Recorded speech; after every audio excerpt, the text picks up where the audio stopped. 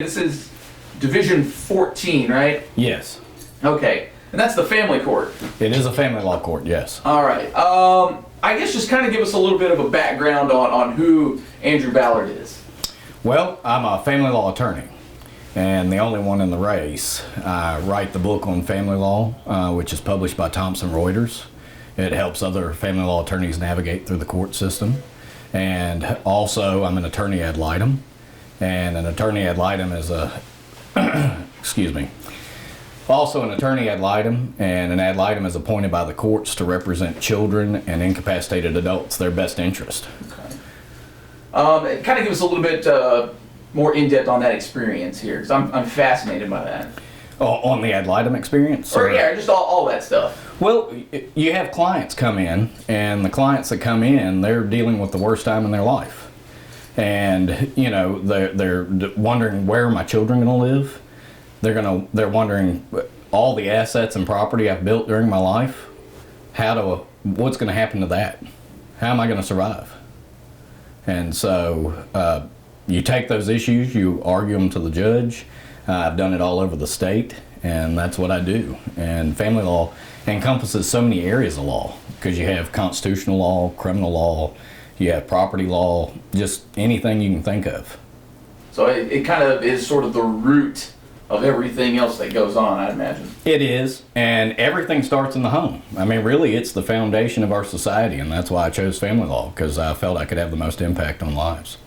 I guess, too, if you were to be elected here, what kind of change would you bring to this specific office?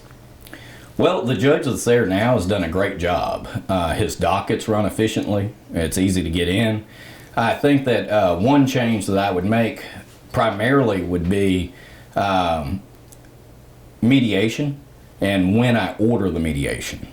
I believe the mediation would be ordered at a time closer to trial, and that way the parties would know what the other party has and how the trial is going to go, and I think that would facilitate more settlements. Right. And you also hear a lot of access to justice or administration of justice. The focus is on the access or the administration. Mm-hmm. I focus on the justice part and actually knowing the subject matter so that I can make rulings that are in the best interest of the parties and society as a whole. We've kind of seen, or at least I have personally seen, this sort of wave of change on the bench where it seems like a lot more judges are kind of having this sense of compassion. It's a lot more than, you broke the law, I'm going to throw the book at you, I'm going to punish you. Have you noticed that? And I guess, too, with this being a family court, is that something you really want to bring to the bench? Absolutely. Having empathy for the parties involved. Now, sometimes a judge has to be stern. But I think if a judge has the knowledge of the subject matter and is able to look somebody in the face and say, this is what you've done wrong, and this is why you've done the wrong thing thus far, here's how to fix it, then I think most people will change their behaviors. And so it's about having that compassion for people, but yet being stern enough to understand when they may not change the behavior and you might have to do something to someone. How important do you see it as judges being sort of also community members? I know it's a little different because you guys have to sort of maintain that little bit of detachment, that way you're not influenced by anything, but I guess as much as you can on the bench, how important do you think that is for judges to also kind of just be regular people too?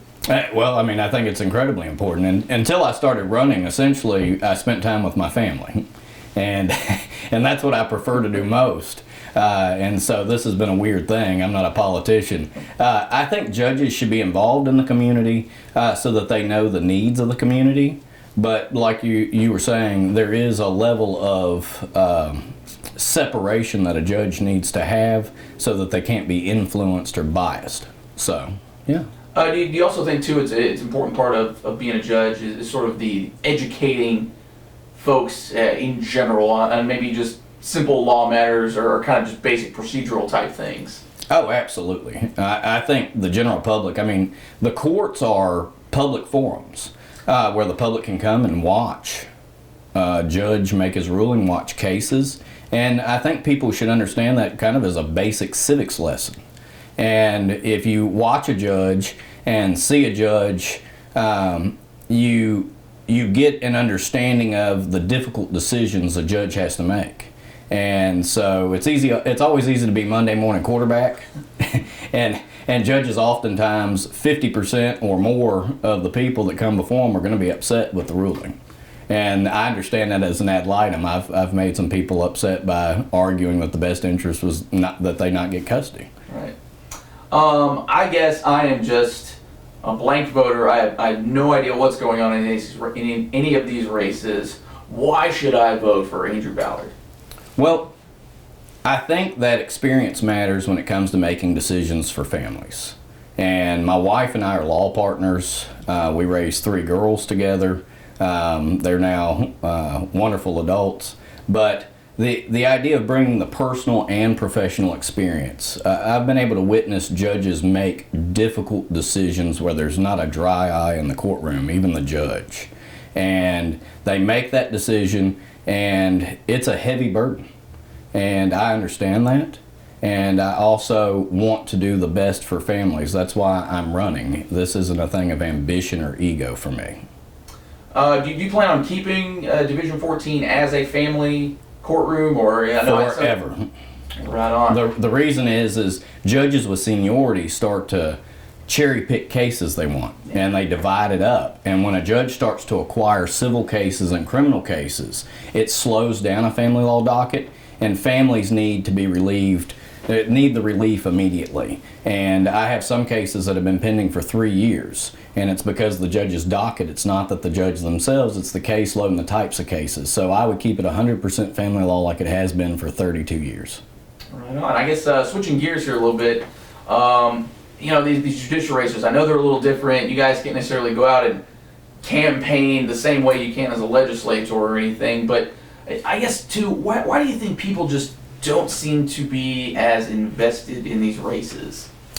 I think they don't understand how a judge impacts their families' lives, their friends' lives. If they go through a divorce or custody battle or an adoption or guardianship, they don't understand that judge is sitting there and they are touching that family unlike any other elected official.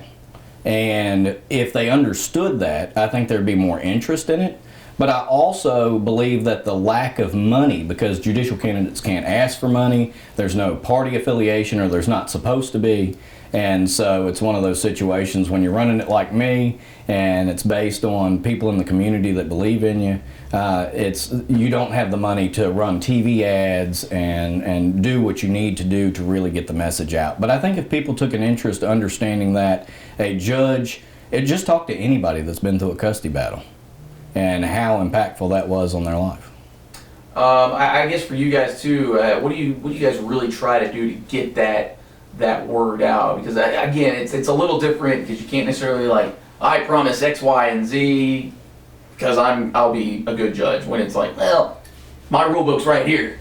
Well, I don't promise anything other than to be fair and to know the law. And I think it's important. If you look at this race in particular, you would think we were in 3 different races.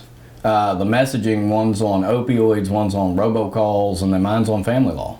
And that's something that's confusing to people.